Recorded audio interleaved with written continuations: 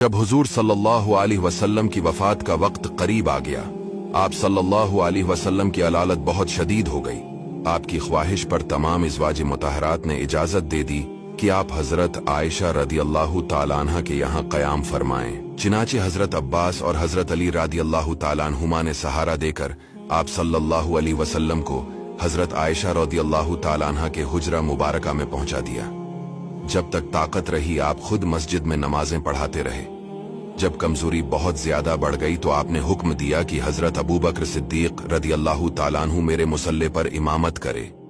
एक दिन जहर के वक्त मरज में कुछ इफाका महसूस हुआ तो आप सल्लल्लाहु अलैहि वसल्लम ने हुक्म दिया कि सारी मशकें मेरे ऊपर डाली जाएं। जब आप गस्ल फरमा चुके तो हजरत अब्बास और हजरत अली रदियल्लाहु ताला अन्हुमा आपका मुक़द्दस बाजो थाम कर आपको मस्जिद में लाए। हजरत अबू बकर सिद्दीक नमाज पढ़ा रहे थे।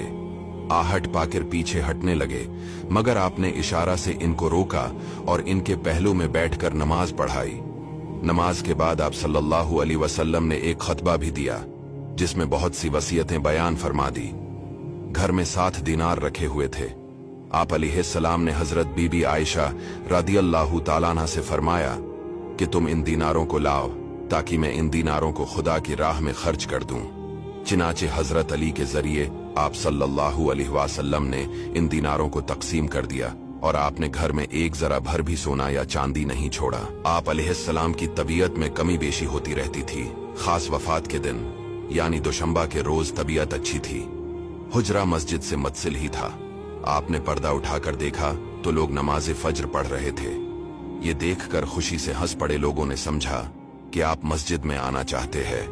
मारे खुशी के तमाम लोग बेकाबू हो गए, मगर आपने इशारे से रोका और हिजरे में दाखिल होकर पर्दा डाल दिया। ये सबसे आखिरी मौका था कि सहाबा कराम ने जमाले नबूत की जियारत की। हजरत अनस रदियल्लाहु ताला अन्हु का बयान है कि आप सल्लल्लाहु अलैहि वसल्लम का रख अनवर ऐसा मालूम होता था कि जैसे कुरान का कोई वरक है, यानी सफीद हो गया था। वफात से थोड़ी देर पहले हजरत आयशा रदियल्लाहु ताला अन्हा के भाई अब्दुर्रहमान बिन अबू बकर रदियल्लाहु ताला अन्हु ताजा मिसवाक हाथ में लिए हाजिर हुए। आप सल्लल्लाहु अलैहि वसल्लम ने इनकी तरफ नजर जमा कर देखा। हजरत आयशा रदियल्लाहु ताला अन्हा ने समझा कि मिसवाक की ख्वाहिश है। उन्होंने फौरन मिसवाक लेकर अपने दांतों से नर्म की और दस्ते अक़दस में दे दी। आप अलैहिस्सलाम ने मिसवाक फरमाई। सा पहर का वक्त था कि सीना अक़दस में सांस की घरघराहट महसूस होने लगी। इतने में लब मुबारक हिले तो लोगों ने ये अल्फाज सुने कि नमाज और लौंडी गुलामों का ख्याल रखो। पास में पानी की एक लगन थी, इसमें बार बार हाथ डालते और चेहरा अक़दस पर मलते और कलमा पढ़ते। चादर मुबारक को भी मुंह पर डालते, कभी हटा देते। इतने में आप सल्लल्लाहु अलैहि वसल्लम ने अंगली से इशारा फरमाया और 3 मर्तबा ये फरमाया, अब कोई नहीं बल्कि बड़ा रफीक चाहिए। यही अल्फाज ज़बान अक़दस पर थे कि नागाहां मुक़द्दस हाथ लटक गए और आंखें छत की तरफ देखते हुए खुली की खुली रहें और आपकी कुदसी रो आलम कुद्स में पहुंच गई। हुजूर अक़दस सल्लल्लाहु अलैहि वसल्लम की वफात से हजरत सहाबा किराम और अहले बैत रदियल्लाहु ताला अन्हुम को कितना बड़ा सदमा पहुंचा और अहले मदीना का क्या हाल हो गया, इसकी तस्वीर कशी के लिए 1000 सफ़हात भी मुतहम्मिल नहीं हो सकते।